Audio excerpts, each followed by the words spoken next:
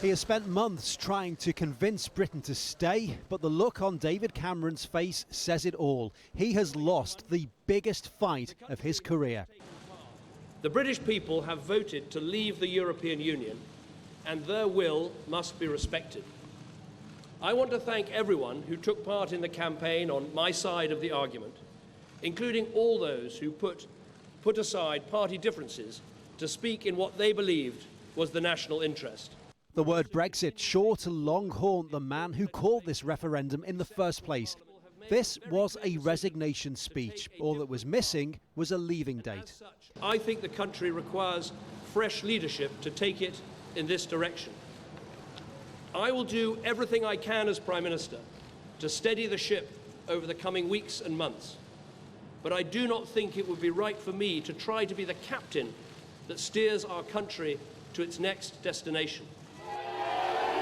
Who will replace him? Well, how about Boris Johnson? The loud boos from protesters might not sound like a willing endorsement, but the former Mayor of London, long suspected to harbour PM ambitions, led this Leave campaign, and he is almost certain to put his name forward. This is, some would say, his moment. And it is a moment that came as a huge shock to some as the UK woke up. That is, for those who had managed to get sleep. Not because the Leave campaign was expected to lose, but because just a few hours earlier, it looked like the Remain campaign had won. Prominent Leave campaigner and UKIP party leader Nigel Farage had even started to believe it at one point. He had to make a complete U-turn, not unhappily, as he declared Independence Day. Let June the 23rd go down in our history as our Independence Day!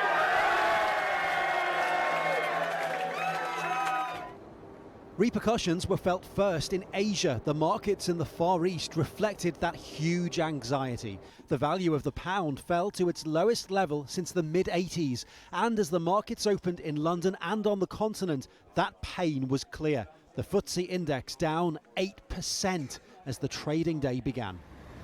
Overseas, British territory Gibraltar had been the first poll to open, but voter turnout had been lower than expected in other parts of the UK. The nation hit by massive floods, what felt like biblical rains. Question is, did they have a seismic effect at polling stations? And so, as the people here begin a new day, not just literally, but also metaphorically, the only real certainty now is how uncertain everything is. In the short term, it's about allaying fears, keeping the markets happy. Remember, the financial world hates uncertainty. Just look at how the pound plummeted to that 31-year low. And then in the longer term, it's about looking at how the UK ends up forming itself in the future. Remember, Scotland could very well declare independence at some point. Could Northern Ireland follow? Could the UK end up being England and Wales, or maybe even just England? Nobody knows. You know, this has been a bitterly divided campaign all along. It has split friends, it has split families, and yet the one thing every side can agree on, regardless of what they think of the result, is this is democracy in its rawest form.